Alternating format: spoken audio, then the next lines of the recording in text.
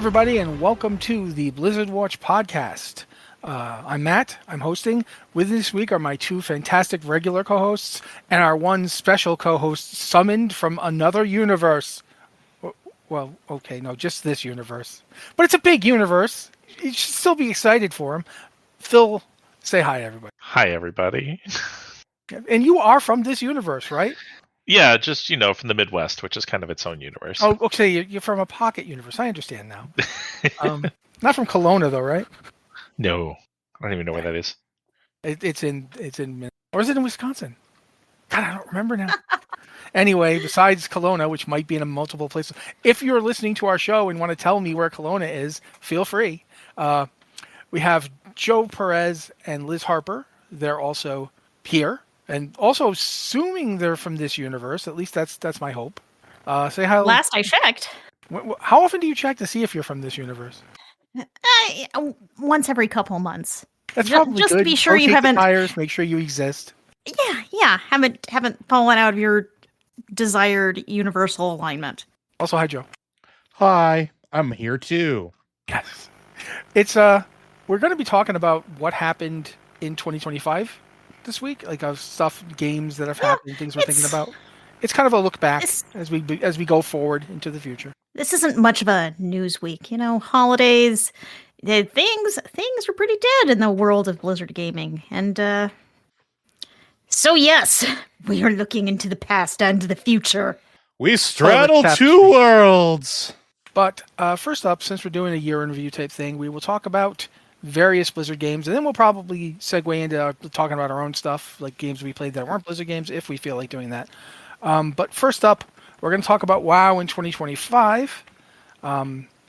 Liz has very nicely put the roadmap that they put out up for us to look at, and I feel like everybody's going to have their own thing they're going to want to talk about. So I'm going to start randomly with the power of this D8 that I have.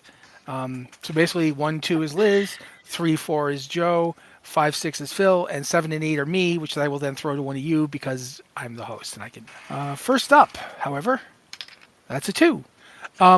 Liz, talk about something from 2025 that you want to talk about.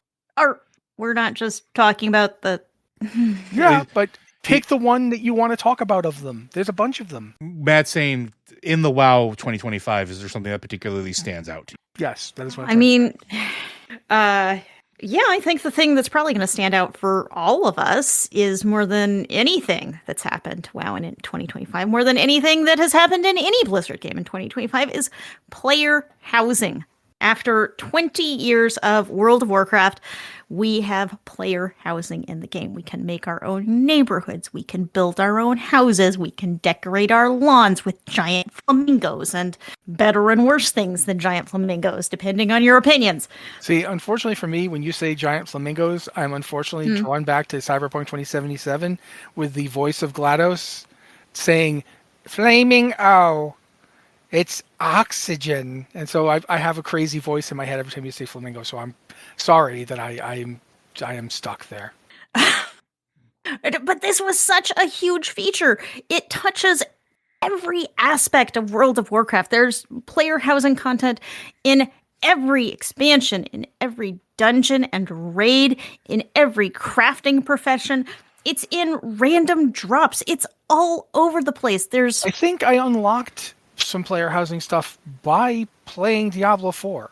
Like, I think when I got the expansion so I could play Paladin, they actually unlocked. There are 3 WoW player housing decor items you get by buying the Diablo 4 expansion, Lord of Hatred. So, but this is just, there's been a lot of stuff that's happened this year. A lot of great stuff, a lot of not great stuff, but there's been a lot of stuff that happened. And I think player housing dwarfs all of it just by this scope and scale of it, and how long people have wanted a little piece of Azeroth to call their own. And now they have it. 20 years we've been playing this game, and now we can make a home there too. So Liz, I feel, is pretty much established that this is her thoughts on player housing. I want to get everybody else's, because I think when I give mine, people will be surprised. Joe, how do you feel about player housing? I mean, there's going to be no surprises. I'm absolutely in love with it. I just wish that I could level it up faster. I wish that endeavors were a thing that I could, do right now, instead Yeah, of because you're still in the holding pattern, waiting for midnight. Yeah, like I know you can get to level 5 right now, but like it is It's very a lot of work. expensive. It's also a lot. Yeah, it's a lot of work. Like you at 10 XP per unique item, first unique item you get, that gap is massive. And like I'm, I think 200 points away or something like that, or 300 points away from the next level up. Which is about 20 to 30 items that are all averaging either on the auction house at above $1,000 of gold each, or require me to do things that I don't want to do that I'm doing anyway, like level in Legion, because it's easier to get some of the stuff from there that I want to get for my base. So it's a mixed bag right now.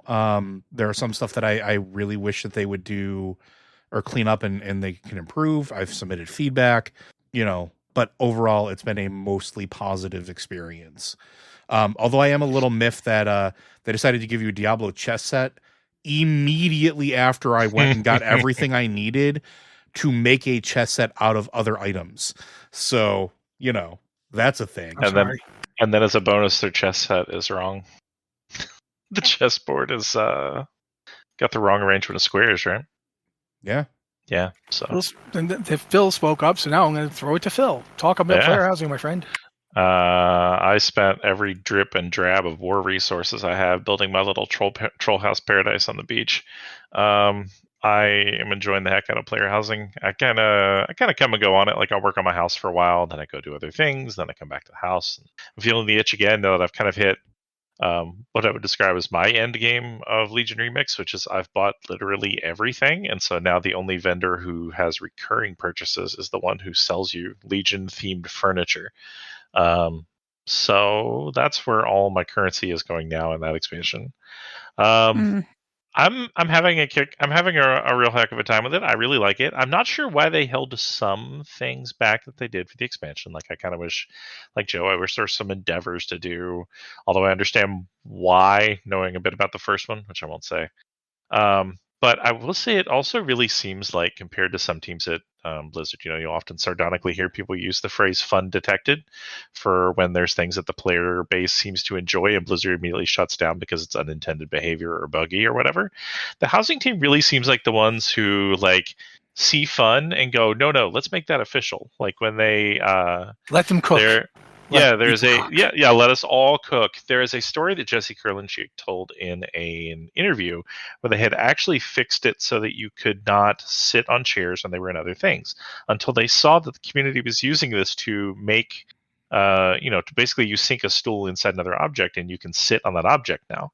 Like you can put a stool inside a ledge and you can sit on the ledge by clicking on it. Yeah, it tells the story. They actually went in and had the developer who had fixed it literally take the code back out to unfix it so that people could continue doing this. Another example is floating houses. People were already doing. Yeah, I loved that floating houses thing. I love the way they reacted to it. They were like, well, we were just going to shut this down, but we saw the cool things you guys were doing with it. And instead, here's the two problems we're going to fix for you. One is that it doesn't work with the basic tools. We're going to fix that. And two is the bottom of your house is untextured.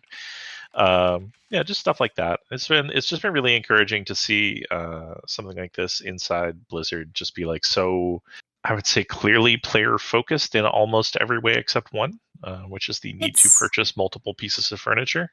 Yeah. Which I don't think will go away unless Hearthstone flops terribly as a currency in 2026. Okay. Oh boy.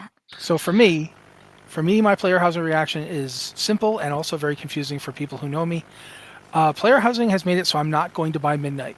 And not because I don't like it. It's because I'm afraid of it. I cannot get this sucked into something when I have a lot of things that need to be done in my life. I can't. I cannot let you do this to me, Blizzard. I'm sorry. I'm going to get there eventually. I'll get there eventually. I will eventually pick it up. I know I will. But for right now, the Blizzard game I'm going to be spending my most focus on is going to be Diablo 4, because Paladins are great, and we'll talk about it eventually.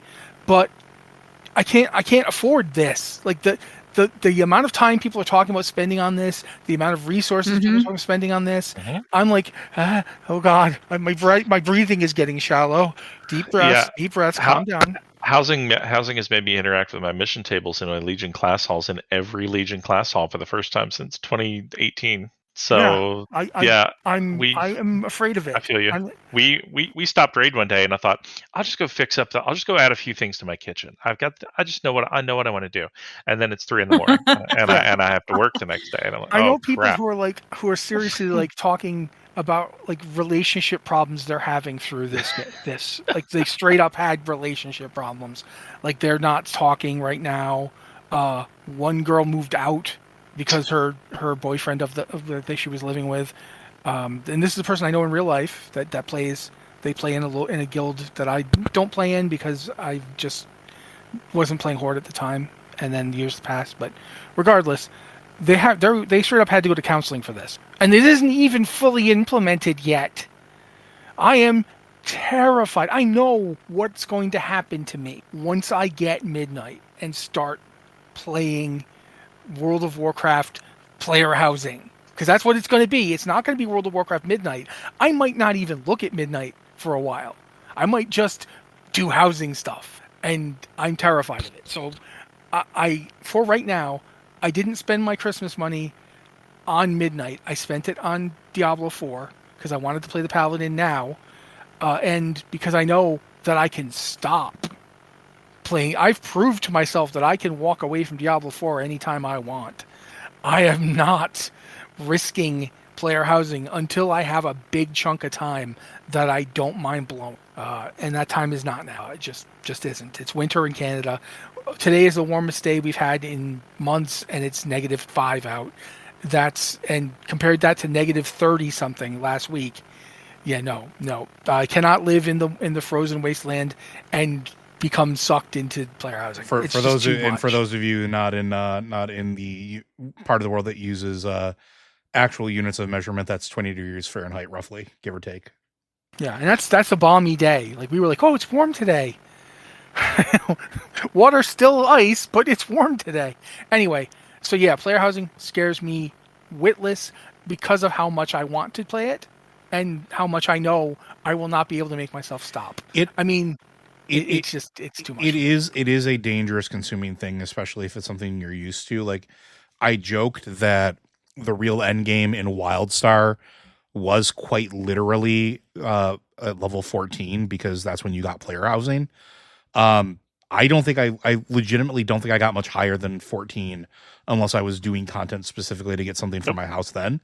Same. I briefly poked my nose into White Veil, the next zone after the one where you got housing. But I was like, nope, this isn't as fun as playing in my house. Yeah. Going back now. Yeah, like, I mean, and it's just the way it is, right? Like, I can't. There's a reason that if you think about games that became very big in 2020, the reason that one of them was basically go to an island and make a house and pay a raccoon was so popular was because of that same drive. And oddly enough, I couldn't get into that. Like, that game couldn't get into. But you stick me in an MMO with like other people that I can like torture with whatever I build in my house. Yes, please. So yeah, that's I again, this is not a negative review of player housing. I'm super excited for it. I'm just afraid of how super excited I am for it. All right, Legion Remix that happened this year. It's still going like for another 12 days. Phil, did you say how much time it is? 20. It ends it ends like midday on the 19th. It's kind of weird. Liz, I heard you say something. No, carry on. Okay. That is a reference to us referencing the time. But yeah, it's Legion Remix did happen at the end of the year and running to mid-January. So and it's that's I played it enough to realize that as much as I viscerally dislike playing a caster, the mage legendaries were hilarious. Like the archive, not legendaries, artifacts. They're hilarious. There's one that is basically Matt Mercer sassing you. Like, seriously, that's what it is. Yeah, Luna. Oh, yeah. Matt Mercer sassing you every time you do something. I don't understand why that wasn't more popular when... Yeah, I know. People obsess over Zalateth, but I'm just kind of like, Lunith. I think it's because Lunith was was less malevolent and more just catty. Because that's like my experience with Lunith is a Lunith is just extremely catty. Just like, I know, just not taking any of my BS and not taking anybody else's either. So liked that. Actually had a good time on that. Unfortunately, couldn't devote as much time to Legion Remix as I wanted to. I think I'm stuck around level 50. Never didn't get past it. Yeah, I literally wasn't going to touch it because I like Legion, but I've had no desire to go back to Legion. I don't feel like Legion is far enough back for me to felt too much nostalgia for it. But... Well, that it's not even that. It's Legion was the time that I leveled 10 or 12 different character classes to max level. And so like I kind of burned out on the content pretty bad. But then what got me to actually do it now and actually level through it is the cool warden stuff that I need to get, and I would like to get it before Legion Remix ends because it's going to be 3 or 4 times as expensive when it goes into the live servers as an option. So we're just saying player housing did it. Yeah, 100%. This is why I'm afraid of player housing. Liz, get in my owl statues, dang it. With Remix. Legion Remix I think is fun, but it's also come out at this time where there's so much to do. It's a late year kind of add-in because we're all getting ready for it's the holidays, the new year's coming, the last raid tier is winding down, so this is a great sort of filler piece of content. But it launched around the same time as player housing. It's launched around all of these major holidays in the US, which takes up so much time, and it is impossible to find the time to do housing, to do remix. We just had a new Diablo 4 season drop. The timing of it has not worked well for me, so I am way behind on doing anything in remix, but I'm working on it because I want to collect all the transmog. That's my end goal in this video game life that I exist in. Absolutely. But it's been really hard to find the time. And Legion Remix, there's so much. It is overwhelming to look at and to see, okay, these are all the things that are available. These are all of the achievements that give you rewards. It is overwhelming. So I have enjoyed it. I've enjoyed revisiting it. I have enjoyed getting super powerful and stomping on content, but it's really overwhelming. And I think having an overlap with the player housing early access has really created a problem moment for me because I want to do both, but there's not the time to work on both. So I've been trying to finish remix goals because, that one's going away and it's not coming back. I mean, that's kind of been the recurring trend with remixes, though, hasn't it? Because when we got Mists of Pandaria remix, it launched at the exact same time as Season 4 of Dragonflight. Yeah, that's correct. Yeah. I was trying to make Mists even older than it was. Yeah, it launched at the exact same time as Season 4 of Dragonflight. So I know we personally had kind of internal back and forth between people who wanted to work on the new raid stuff that came out, then farm the new transmog from that, for which you had to get a currency that only came from Season 4 of Season 4 raids, versus people who wanted to spend time over in Mists trying to farm up all that stuff. And it was just it felt weird that they launched two things of what felt like equally important size next to each other. At least this time, playing Legion Remix does get you things for housing, so there's at least a little cross-pollination there. But and it gives you the transmog that, as Liz mentioned. Yeah, and it feels like Remix. It feels like the remixes always get launched alongside something else, and you're always kind of splitting your attention if you want to do them. So yeah, but I think that's like that's the niche they live in, right? Like here is optional content that you can do while waiting for other stuff if these other things that are releasing aren't your thing. Right, like if you don't care about the last season of an expansion, you can go do it. If you don't care about that next Diablo season, you can go do it. And if you don't care about Remix and you want to go do one of those things, it doesn't demand your attention. This is the first time, and again, this is mostly a personal thing. The rewards that you get for housing from Legion will be available to you after Legion Remix is done, but you get them cheaper and quicker by doing Legion Remix. So there's the first time they've offered an incentive kind of to go along with it, right? In reality, there's yeah, in reality, there's very few things that are truly exclusive to Legion Remix. It's like the 2 recolors of the scythe, and then like the 1 item from each zone achievement. Yeah, but there's a cheaper. This is the cheaper alternative. There's a much cheaper way to do it, Basically, because bronze falls out of the sky. Getting bronze It in does. Remix is not very difficult or not very time consuming. So you can buy these things with bronze in Remix, but if you do it on the live servers, it costs war resources. It And a costs lot of them. various kinds of war a resources lot of them. and Veiled Argonite, both at the same time. Yeah. So that's fun. Man, Veiled Fortunately, Argonite? Yeah, Fortunately, I'm not really interested in Legion decor, so I'll probably pick up like 1 of each just for the housing points. yeah, that's what you get for completing the achievements that reward them anyways. You get the free piece. There's a few things that aren't Legion themed, like Joe alluded to the big like Watcher statues look like owls and have a light. Are one of the They're few from that light. raid. Yeah, well, no, they're from everywhere on the Isle of the Watchers. Yeah. Right. I just thought I yes. thought it might be from that dungeon because there's the big owl statue that's a thing. I think they're in there too. They But are. pro tip for housing enthusiasts: that's one of the few things outside that has a light that you can place outside on your property. But it's like that and like a big bright red chair. For now. Yeah. Or When like midnight goes live or closer to midnight, I think the pre-patch. I think they're talking about having external lighting items be able to be placed. Yeah, that's good because there's some things it feels really silly. talking about be able not to place promised. indoors. Talking about. There's only one person to blame for that problem. It's true. Thanks, Taliesin. I'm naming him. He did it. He knows what he did with his fire garden. Yeah. We should probably talk about some of this other stuff though, because man, I'm looking at this timeline. I can't believe some of this stuff was this year. We should probably move on go to through a bunch of this Plunderstorm really stuff. fast because I have not ever played it, despite them having it for 2 years now, and I want somebody to explain. I know what it is, but why should I have played this? What did I do to myself by not playing it? There's pirate transmog. So okay, then I'm fine because I don't like pirate transmog, so I'm cool. So go ahead, talk.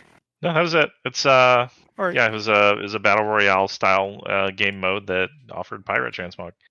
And we've got pets, also. and I think that come out. Do you guys want to talk more about Plunderstorm before we move on? Not really. Any quick note? I would just say. Please go ahead. Yeah, I would just say that it's interesting because Blizzard did talk about how they were going to do more differing game modes like this, but so far Plunderstorm is the only one we've seen. Plunderstorm and Remix, if you count Remix in that same category. And I kind of do, because it's a different game mode. Yeah, so I think the big question about Blizzard brought Plunderstorm back in January 2025. Is it going to come back in 2026? Are we going to see different kinds of gameplay like this in the future? I think probably yes, but I don't know because isn't World of Warcraft is the midnight pre-patch is coming out January 20th? Something like that? I don't know that it's going to come. Yeah. It's on January 20th, the midnight. And then the pre-patch. 28th is when it starts actually doing the event. 27th. Okay, Yes, 27th. So, I mean, I would be very surprised if they dropped Plunderstorm alongside that, I think. Yeah, I don't think it's going to come out in January. I think if it was, we would already know about it. Yeah. But, something like that, I assume we're going to get stuff like this is it's a great kind of content to have when there's a lull in other things. That's a good time to roll out a Remix or a Plunderstorm or some other kind of new game mode. Like I could see it. Go ahead, Phil. I was gonna say it might be a good thing for them to drop, during in the lull between 12.0 and like 12.0.5. There's always like that gap where people have hit max level. They're humming along in raids or dungeons or whatever they like doing, but they still need something else to do in the background because they don't have all the activities that come with a fully featured expansion yet. And that seems like the time when they like to drop things like this, like Plunderstorm, like maybe a new game mode, because in this case, for context, Plunderstorm overlapped with nothing except Siren Isle, which dropped at the end of 2024, and we were all very tired of 2 weeks into it dropping.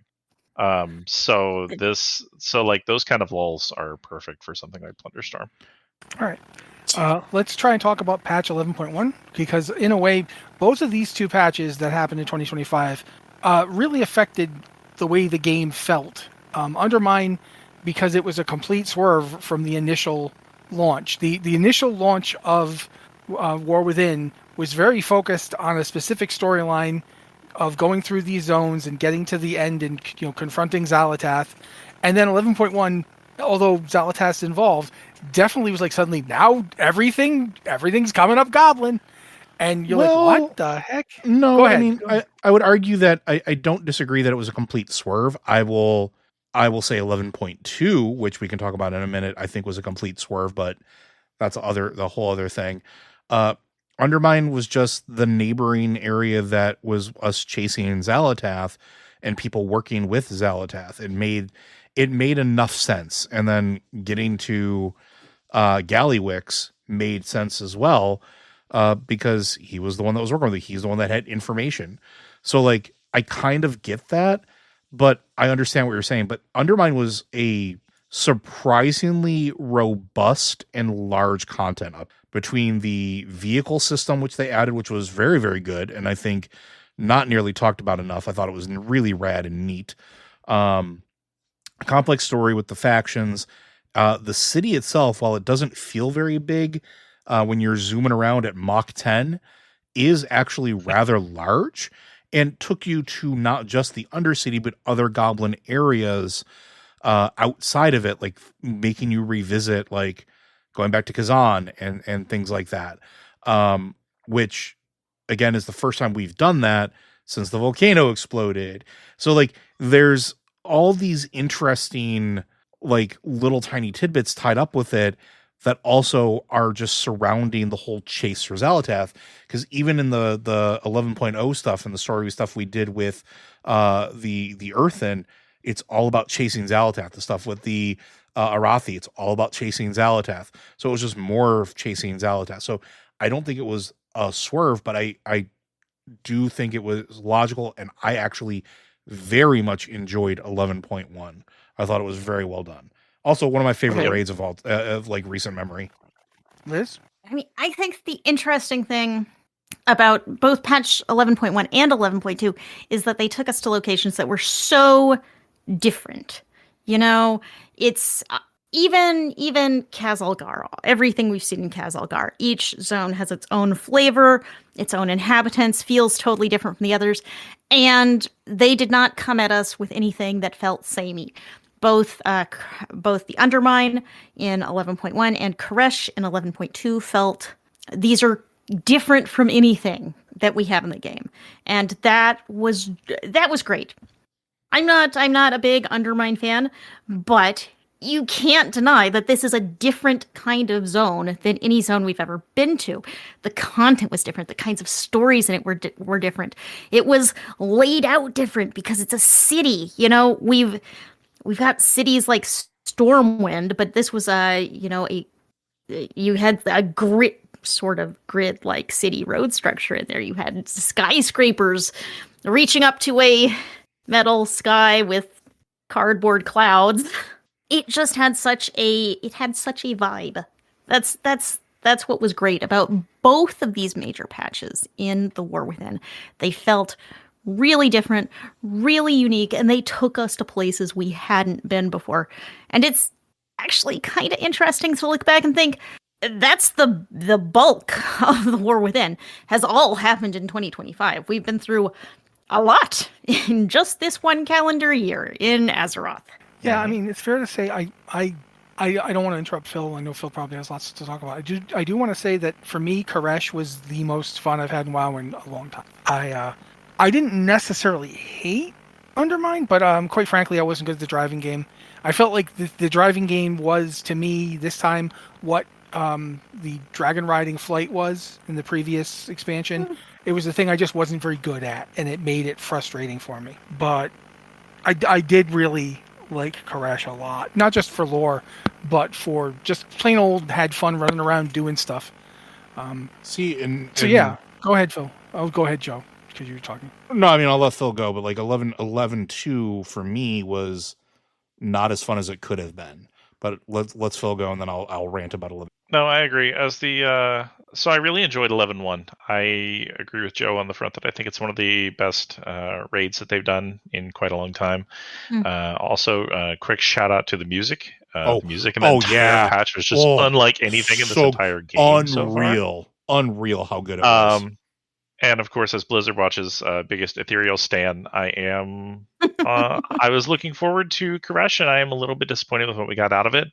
I did enjoy Mana Forge Omega. Yes, it was kind of a return to form for Blizzard raids, but it was it was really good. Had some interesting fights. Lots of fun little lore tidbits going on. Getting to see people we haven't seen in a while, like Salhadar. I do want to say though, from a looking forward perspective, Liz, you brought up how every zone in the War Within is completely different from each other. Like, even like the Isle of Dorn is different from the Ringing Deeps, is different from Hallowfall, from Ashkahet, from Siren Isle, from Undermine, from Krush, and I really do think that continues through Midnight. Like, I've played through a lot of the questing experience on the beta, something I don't usually do, but I really wanted to get a look at it this time, and like. Going back to the redesigned Eversong, going to Harandar, going to the Void Storm, and even just like the little trip around the world you take with Eretor, which kind of functions as the fourth zone.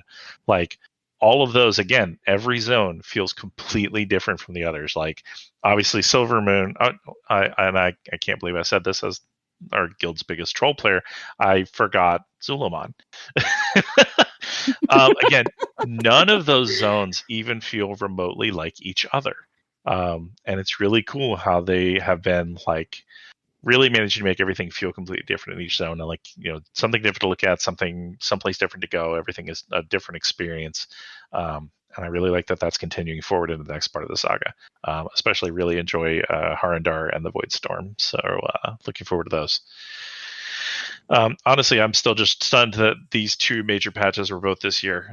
If you'd asked me, I would have said, "Oh yeah, Undermine was late last year, right?" We did that in 2024, right? No, that was this year. Yeah, the content drop has been steady and good as far as I'm concerned for the most part. And I'm glad that you and I are on a similar wavelength. I was also really looking forward to Krush. My problem with 11.2 is I feel like that was the swerve. And after playing in the beta, I feel more like that. Just because, and I've talked about this before, but it wasn't that the content was bad. It felt like it should have been the opening salvo of an expansion. And there should have been more, it should have been more robust.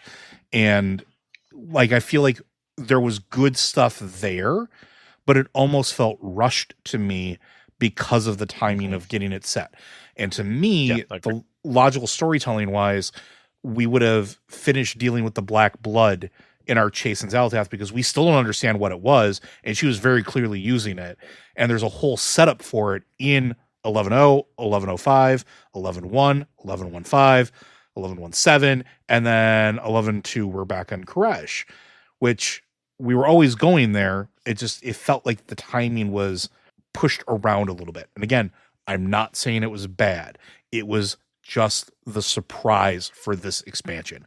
I expected it. This is where I realized that you and I mean different things when we say swerve. A swerve literally is going from where you. I mean thematically. Oh, like, yeah. No, I'm talking. Undermine feels like it's a sudden, jarring shift. In terms of a lot of the stuff you're talking about, absolutely. I just wasn't ready to suddenly be in Goblin Town. Like I just didn't feel. Yeah, I can see that. The same. Okay. It's pretty much the same thing you're saying in that it's not bad, and I will give you Midnight feels like a more natural home for Krush. Because what we're going into honestly felt like we should have gone to Krush after we did the opening of Midnight. Like it felt more like it would have happened there, but I get you. I think the other way, because I think the opening of Midnight feels more like the crescendo at the middle of an expansion. That's fair. Like doing that questing, it's very epic. It drops you right into it, and it's really like I'm not talking about specifics because I want people to experience it, but I was very pleased with that experience. It just felt to me like a 12.1 or a 12.2, right? Like it's I can see that. Yeah, I think Harandar would have actually made a more logical story flow expansion to the inner zone for the end of the expansion, especially since you met the she tells you like 3 times, I must go back and speak to my people. Yeah, and you meet the Haranir at 11.0, and you pal around with Orwena a lot in 11.1 because she's trying to track down the Black Blood, and then Orwena and the Black Blood disappear for 11.2. So we should also talk about the UI features. They added the combat assistant. The single button deal, and the cooldown manager. And there's more coming at midnight, but I don't know off the top of my head what all of those are. But we should talk about this because I think the new built-in UI features are part of Blizzard's attempt at accessibility options for the game, as well as their attempt to co-opt a lot of add-ons that people use right now. I would say call, not co-opt. I'm going to go straight Yeah. to Liz and say, first, Liz, what do you think? I think Blizzard is going into this with good intentions, where they're trying to create an environment that is the same for all players. So if you go in and play the game and you have a pile of add-ons right now, and if you go in and play the game and you have no add-ons, your experience is vastly different. And Blizzard has to balance for the power that add-ons give players, which means encounters can be very difficult without them. So the problem, if you want to call it that, is that, we've all gotten used to our add-ons and Blizzard is taking a hammer to them. They are building a lot of cool new features into the base UI, which means you can log on and just jump into the game and have the same tool set, more or less, as other players. So theoretically, that means less tuning with add-ons in mind, which should put players on a somewhat more even ground. I will Joe? add to this that conversation about add-ons has been evolving since the recent patch went live, and add-on developers have been working with Blizzard and discussing it, as well as player feedback. I will give them credit. They are listening. The hammer that they were taking to it is now more of a rubber mallet. And I agree with the core concept of it is tackling something we've talked about before, and something that I don't know that I've talked about a lot on this podcast, but something I will bring up. Weak auras is an absolutely insane add-on. And the reason I bring that up is not because I think weak auras is bad. I think having ways to notify you of when key cooldowns are up or like key abilities, that's a good thing. The problem is when I was doing Mana Forge Omega on Mythic difficulty, without having specific tools designed by Mythic World First rating guilds, which included method tools and a very specific subset of Team Liquid's weak auras, the fights were absolutely undoable. And this is going to what Liz was saying, where fights get to a certain complex nature where they keep adding stuff and they're balancing them around the idea of these add-ons being there. But it's almost like an escalating arms race, and has been for years. There's a problem, you make a fight more difficult, let's go to Lei Shen. Next thing you know, there's a Lei Shen specific add-on that helps you deal with that specific encounter. Or what's his name? The eyeball in that zone where you have to do the maze. Duramu, thank you. Oh, Daruma's stupid maze. There was an add-on that literally... The second someone says there's that eyeball, I'm going to be like, Darumu, because I have such PTSD from it. But there was literally an add-on that made that easier for you to do and see, and taking a lot of the player thought out of it. And the mythic rating with weak auras and stuff like that really did that. Doing Princess Silk Butt.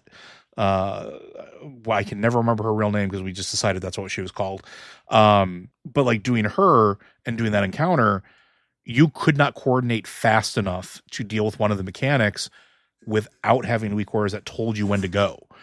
And that looped into the game. So I agree with them scaling that stuff back so that they can focus on engaging encounters. But then they also broke everything. So I will freely say that I am not a fan of their bar mods. I am not a fan of their party frames and raid frames. I think that they are not nearly as good as they could be, and their recent iterations of it actually made them worse in a way that I didn't realize until I went to go heal with them, which, and again, we haven't talked about this, their new bars have a thing where if you have a focus spell or something that's a major cooldown running on a player, it takes up the majority of the frame that you cannot adjust the size of, mind you, and you cannot click through it. So if you don't click exactly around it, you don't get to see it, and you might not care about that cooldown, but you're forced to see it anyway. And like it's an interesting mix versus like something like Grid, where it's like, I don't care about literally anything except this one thing. Show me this in a corner, and it lets you click through it. Wildly different use cases, maybe. But like it's interesting to see them start to walk some of that back because they're listening to player feedback. So like Grid and there's another healer one are going to continue development into Midnight, which is great for me and some other players. Ones that do things for you automatically, probably not, like Voodoo. So like I get it, but it was very interesting to see the immediate reaction, which I had a very visceral reaction to, and then them walking a bunch of that back, which I think Phil and I had both thought that they were going to do pretty readily. Mhm. And I'm happy to see them do that. So hopefully. It was obvious to me from the beginning that that's what was going to happen when everyone was freaking out, because like the initial lockdown they put on secret values for add-ons was so restrictive it didn't even make sense. And to go along with something Matt mentioned earlier, did break a lot of accessibility related add-ons for players who, for example, have vision impairments or hearing impairments. It always seemed to me from the very beginning that they were going to just lock down as much as they could and then dial it back, and that seems to be exactly what they've been doing. So Yeah, because a lot of it was, of course, done on the alpha and beta as well. So we've seen it develop over that time. I am going to push us a little forward here because, quite frankly, I'm a little worried we won't get to it, and I really want to talk about it. We can come back to WoW Classic in 2025, but I want to talk about Diablo 4 in 2025, especially the tail end of it. So right now, I'm going to talk first up about the seasons in Diablo 4. I keep saying Diablo 5 in my head, so I don't know if I said it out loud that way. The first season of the year was the Season of Witchcraft, which was January. April came the Belial thing. Season 8, Belial's Return. Season 9, go ahead. I mean, I don't know if we want to. I listed all of these seasons out. I'm just going to list the ones that are there, and we'll move on. Yeah, there are 5 seasons, and they're different themes, but they feel kind of the same. They blur together. They do, in fact, blur together a lot, and that's one of the things I'm going to talk about. Season 9, Seasons of Roundrum. Season 10 was the Seasons of Infernal Chaos, and now we're in the Season 11, Divine Intervention. Divine Intervention feels like it's just Season of Eternal Chaos Part 2. Like, it's so similar. And quite frankly, seasons in Diablo 4 are simultaneously some of the best and some of the worst gameplay that I have playing it. I like them, I end up playing them, but there is a sameness to them that you didn't get in Diablo 3. And I really feel like they need to look at how to do seasons where they feel more consequential as a whole. And especially since the Battle Pass, which we are going to talk about briefly, the redesigned Battle Pass with all the reliquaries, I thought it was annoying before, but now that I've been doing Season 11, and I've done Season 11 into the ground, I'm going to talk about these reliquaries because it's the weirdest thing to actually go. Go ahead, Liz, because you started talking, I heard you. I mean, we should probably start by saying what the change was here, which is that Diablo 4 launched with a pretty straightforward Battle Pass system. You buy the Battle Pass, you go and you do all, you jump through all the little hoops, you get everything in the Battle Pass. They changed that to a reliquary system, which is a Battle Pass, except it's split into 4 pieces. One of those 4 pieces, those 4 reliquaries, is free. The others you have to buy so that you can go through the game and jump through your hoops and unlock the rewards in the reliquary. So it's like they took a battle pass and split it into 4 battle passes, and you can buy each one individually, or you can buy all 4 of them as a battle pass. Yeah, and the weird thing about it is, too, there is a way to get gold. I mean, not gold, silver, whatever you call it in this game. There's a way to get the money to buy the platinum to get the season, the various reliquaries by just doing the reliquaries. There's 2 that you can spend the currency you get, the whatever that's called. I've been playing this game for 7 days straight, and I still can't remember what this thing is. Favor tokens. There it is. So you can get up to 1,000 platinum doing that.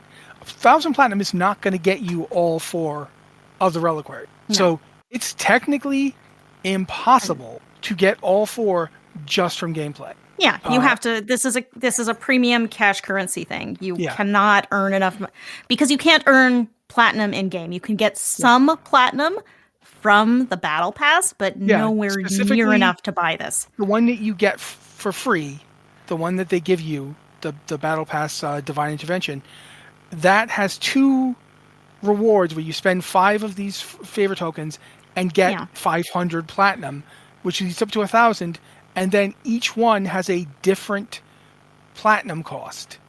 And like the first one is actually pretty cheap. It's like you spend 200 and get it. The next one's like 500, and then the third one's 800. So you cannot earn, 2, 8. If that's 1,500, you cannot earn that through in-game play. You have to spend actual money to go buy their platinum, which is it's exactly like the battle pass was before, which you can't earn enough currency to do this in the game or by completing the battle pass. You have to give them cash. This is a premium cash battle pass, though it gives you some premium currency, some platinum to kind of just as a teaser. Well, I mean, you can get 3 of them, thing. which I did. I have 3 of them. I got entirely from in-game play. I'm not going to spend my platinum or real money to buy platinum because that's a whole other thing. You can't get platinum in any like a convenient amount. Yes. But as a result of all this, because the battle passes and seasons are so linked, even though they're not technically the same thing, but the battle pass is to basically make your season give you cool things. And since they are so linked in that way, the seasons ultimately constantly end up feeling flattened out, and you're always like thinking, do I want to spend money on this reliquary, or do I want to just try to grind up the platinum myself? It takes away from the joy of the actual gameplay. And that's one of the things that's really annoying, because the Paladin class came out, and I'm sorry, it's so fun. The Paladin for Diablo 4 is the best thing I've played in 2025. I am over the moon with how cool this class is. How it combines like a real strong flavor with just enough OP-ness. Sorry, I shouldn't have said it that way. To make it feel strong without feeling like you're just trampling over things. Like I have died. I have died doing this. But I don't die constantly. I'm not getting my head torn off. I'm playing on the hardest difficulty I was currently allowed to. I'm about to kick it up to the first level of Torment. And it's always felt like I had to pay attention, but I didn't have to struggle. And it's so smooth. It is so smooth. It rewards considering how you're going to play your character and picking the right of the 4 play styles that you're going to use to make that work. And it's just so good.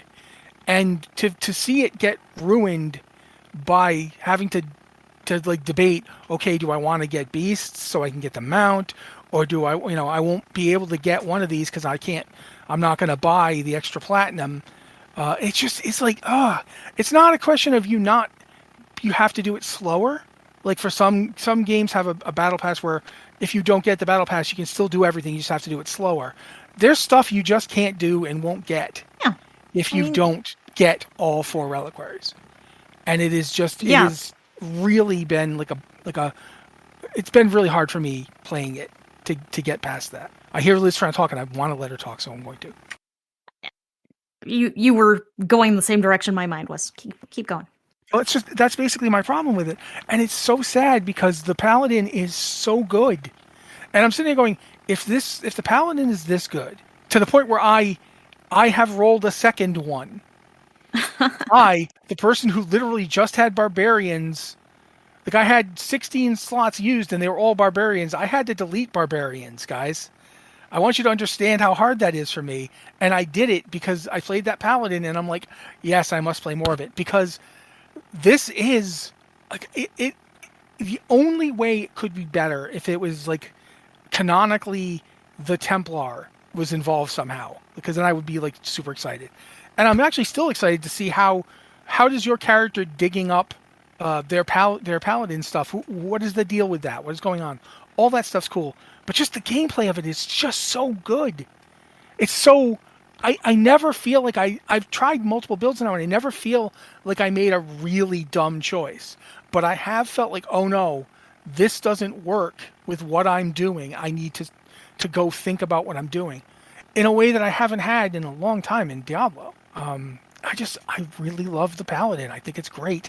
I honestly don't know what I'll level through the new expansion when it comes out. I don't know if I'll level a Paladin first or my Barbarians first.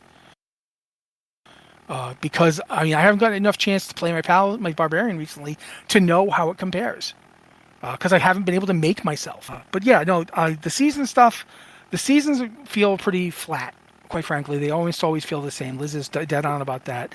The battle pass just feels complicated for no reason. It did not have to be 4 separate reliquaries that you have to pick and choose through.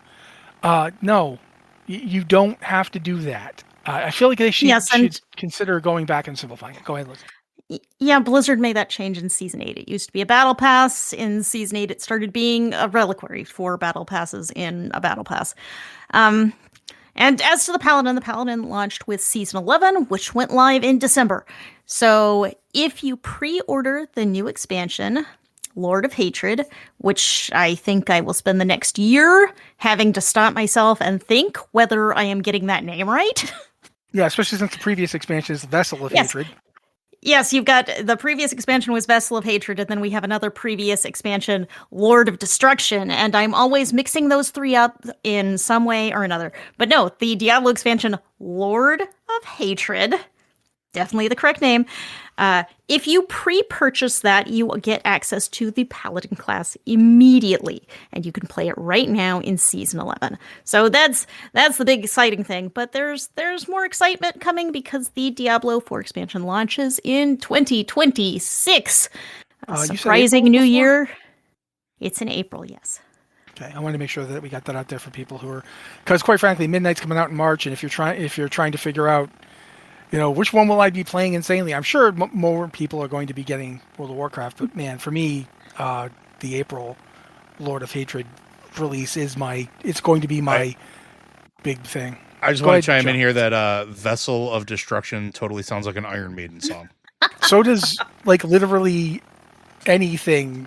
Lord of Hatred, Vessel of Hatred, these could also be Iron Maiden songs. I think Destruction of Hatred, though, is possibly the best one. That'd be, I can actually hear them singing in my head right now. But yeah, I will also say I'm still desperately wanting them to tell us what the next class is going to be, and I know they're not going to. We should add to that statement that Lord of Hatred will have a second new class that they have not announced yet. So. Yep, but they have also announced that in the new expansion, we are going to the Scovos Isles, so we think it's going to be related to that. Yep, and that actually ties back to the... Oh, nope, gotta stop. We've still got a lot to talk about, and we are almost out of time, so we should try to at least mention WoW Classic really fast and then get some Hearthstone in here. Mists of Pandaria Classic launched this year, and right now it's up to Throne of Thunder, which is possibly the best Mists of Pandaria raid, in my opinion. I don't hate Siege of Orgrimmar, but I didn't think it was as good. Go ahead, Liz. The whole Throne of Thunder patch was just magnificent, Very good. With the Isle of Thunder, do I have that right? Isle of Giants and Isle of Thunder? Yeah. Yes. Mm-hmm. You do. Both of those were really good zones, and it kind of feels to me like the first, maybe I'm off here, but the first kind of really modern expansion patch where it's sending you somewhere different from where you've been before, and it's giving you this significant story alongside the raid. It's not just like, hey, here's a new raid and a quest. Yeah, it's hey, here's a new zone and a raid that's all thematically connected. Yeah, I absolutely agree. That's pretty fair. We should also talk, though, about WoW Classic, because the Classic Anniversary has now gone through all of its vanilla phases, and we're going to have the TBC Anniversary launching in 2026. And Season of Discovery servers are going to have a classic all new raid, which they did have it. They did have it. It's Scarlet Enclave. Season of Discovery wound down in kind of spring 2025 with after 8 phases. Yep, And and that this was a the lot of last. Season of Discovery. And the last thing they did was the Scarlet Enclave raid, which wow that they did that. The fact that it's still just there and nowhere else. Wow, that is amazing. And they didn't close the door on doing more Season of Discovery content, but Phase 8, I believe that was in April 2025, is the last new content we've seen in Season of Discovery. Blizzard hasn't announced any new things like Season of Discovery, so we don't know what's next. We don't know if anything's next. I mean, and we know that they're going to be doing TBC Anniversary, so yeah. Who knows? Maybe they're going to do TBC, seasons of TBC Discovery. I don't know. I mean, yeah, we're going to have to see, because Seasons of Discovery was so cool, specifically because it did things that were new, things that didn't actually happen in Classic. Mm-hmm. And so, yeah, it's interesting that they went there. They went to all these new places, but then we've kind of backed down, and now all we have is the Classic Progression realms, currently up to Mists, and the Anniversary realms, which are going to roll into TBC early next year. There's still going to be the straight up original Classic. Was it? Is it just called Classic? What is it called now? The Classic Era realms, which are just purely the vanilla content. Yeah, those are still there. They aren't going anywhere. You can still play one.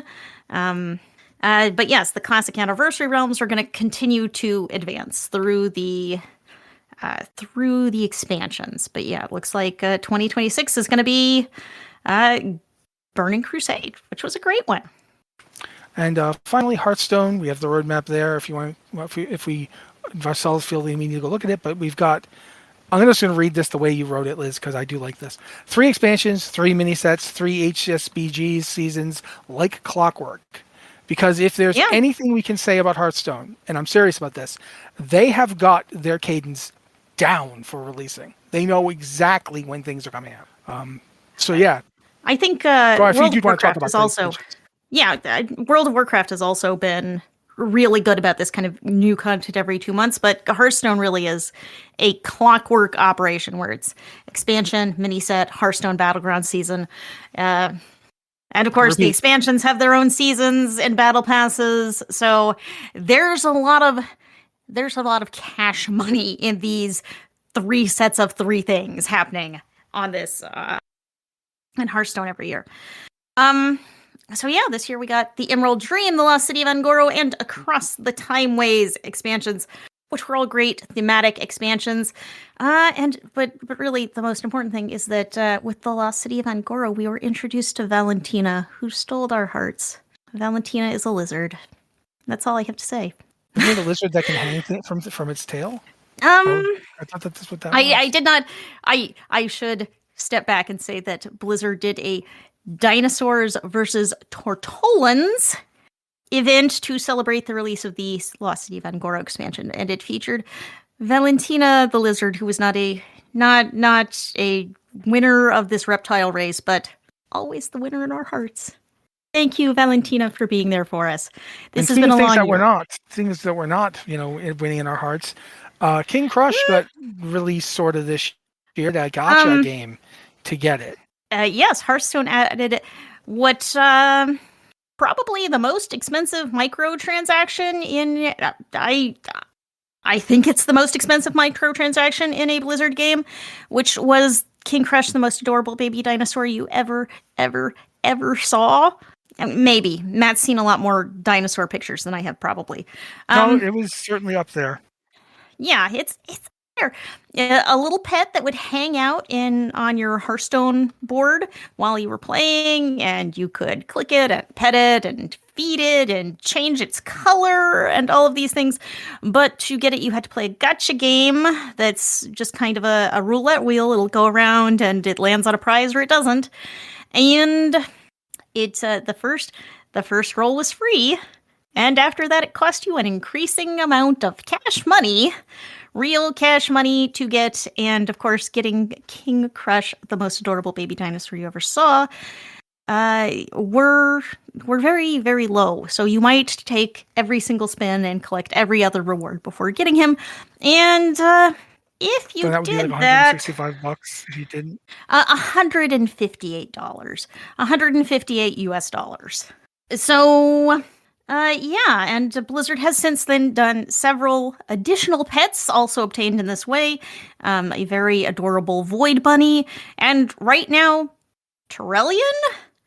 I don't know what to say about that, but $158. Well, I mean, his actual kind of has to get somebody to take care of Terrellian because the person supposed to be taking care of Terrellian is currently chasing a shoeless void elf monster across multiple expansions. Yeah, sure. So someone's got to take care of Yeah, Terrellian. So yeah. Yeah. Awesome. So glad we have added this to our lexicon of things. to Hearthstone. Also, we should mention really fast, Warcraft Rumble died this year, July Sorry, 2025. Corey. Yes, we're sorry, Corey. Unlike Heroes of the Storm, I don't think there's a plan to save this. I don't really think there's a plan to save Heroes either. I know you do, Corey. I feel like Heroes of the Storm has good odds. Come on, we're going into a new year. We gotta have hope. I legitimately do. We didn't talk about this, but I think it's worth mentioning that in 2025, Heroes of the Storm received quite a number of large updates that you would not have expected to be given to a game in maintenance mode. And with the renewed popularity of League of Legends breaching into other media, including card games, and being ever present, it seems like a good opportunity, or maybe an impetus for Blizzard to bring back their own MOBA and strike back and see if they recapture the hearts of folks. I live in Hopium, and I will die in Hopium. I don't know if Phil has any opinion on this, but I feel bad that you haven't talked in a while, so I'm trying to prod you. Nope. Rest in peace, Warcraft Rumble. I did not like you. I will not miss you. Sorry, Corey. I love the 3D. I love the 3D files. Joe liked the 3D printing, but I have all of them. You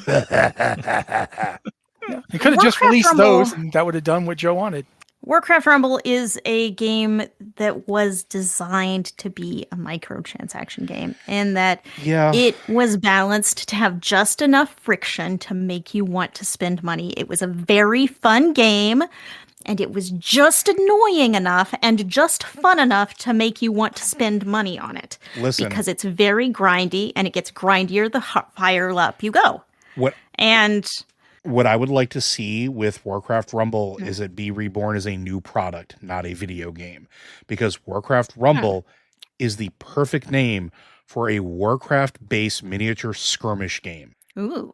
And you could just use the figures again. You could use the figures again. You could use that same the same exact figures they used. And they print beautifully. They're wonderful models. You can scale them however you want. I would love to see it reborn from the ashes as a new product, because it was a really cool idea that I think was a little late in its conception as far as being released to the wild. And yes, I would like it to it was just very grindy and very microtransaction-y, but it could be reborn as something else that could make them a lot of money and make players and nerds like me very happy. Okay, Liz, I'm going to tap on you to do the site news now. Oh, well, of course, I have to remind everyone listening at home that Blizzard Watch is made possible by you guys. It is you supporting us, listening, or supporting us on Patreon that keep this site and all of our podcasts going. If you can subscribe to us on Patreon with a couple of dollars a month, that really helps us keep running. And support's a little low right now. We're getting by, which all of us, we're getting by. That's as best as you can do in this world, I think. So if you can throw us a couple dollars in the new year, that would be awesome. For $3 a month, you get early access to these podcasts, ads free, as well as the Blizzard Watch podcast pre-show, which is the randomest thing of randomness that we do every week before the Blizzard Watch podcast. If you subscribe at $5 a month, you will get ads-free access to the website at blizzardwatch.com. If you do want to toss us a couple bucks, you can go to patreon.com/BlizzardWatch and do that, and we greatly appreciate you. If you cannot do that, I understand very much. But you also support us by listening. Listening is great. If you share our content with others, give us a like, a comment, or a subscribe on your platform of choice.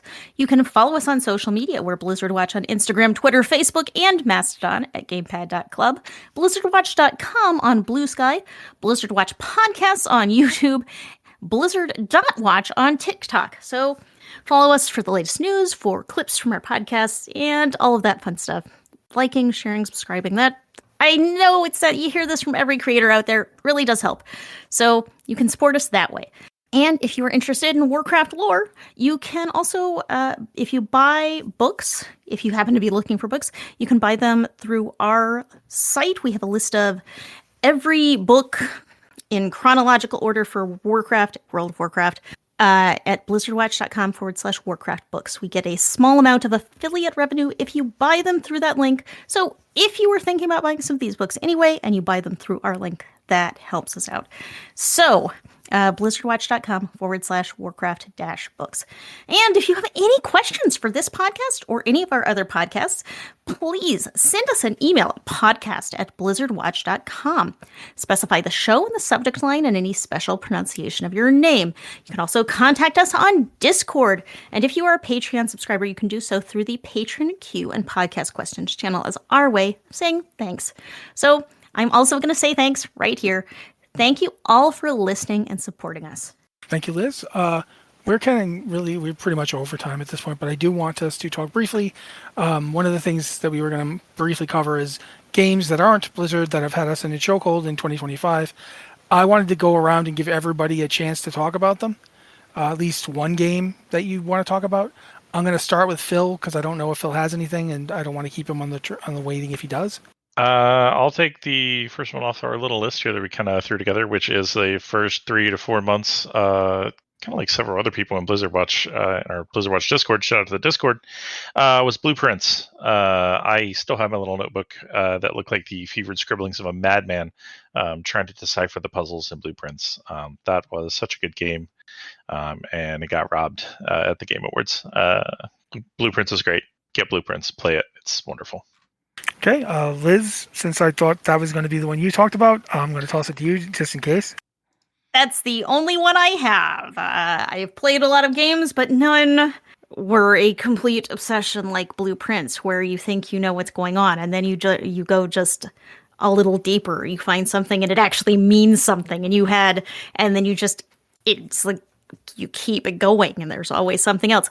I finished the game, but I did not finish the game because I know there were puzzles where I got stuck at, and I knew I could get past them if I spent a lot of time continuing to work on them and to get the RNG to line up right. And I got to a stopping point, and I didn't go back and get all the way to the end. But I was very obsessed. I had a lot of kind of lunatic fringe notes that I was taking, Mm-hmm. and yeah, your Blueprints notebook. It says things about you. It says things. Okay, Joe, I suspect I know what you might talk about, and I know that if you don't, I probably will, so let's find out. There are two games that absolutely consumed me. One was Dispatch, which I'm not going to talk too much about because I'm not going to take that away from Matt. But the other one was Pokemon ZA. Actually, go ahead, because there's two I want to talk about, so... Well, I know Dispatch, I don't have to. Okay, well, Dispatch being a return to form of Telltale style games, which made by former Telltale developers, a superhero game with an incredible story, incredible voice casting, an incredible gameplay because it wasn't just a visual novel; it was also a strategic dispatching game, like it says on the tin, that added another element to this type of genre that I feel was, I think, always missing from the Telltale formula, was actually gamifying it instead of just going pure visual novel with QuickTime events. So, yeah, I agree with you there. And just phenomenal all around. And then Pokemon ZA for me, because, and I've talked about this on the podcast, while it's a very polarizing one for a lot of folks, I love the Legends series of Pokemon games, maybe more than the mainline games at this point.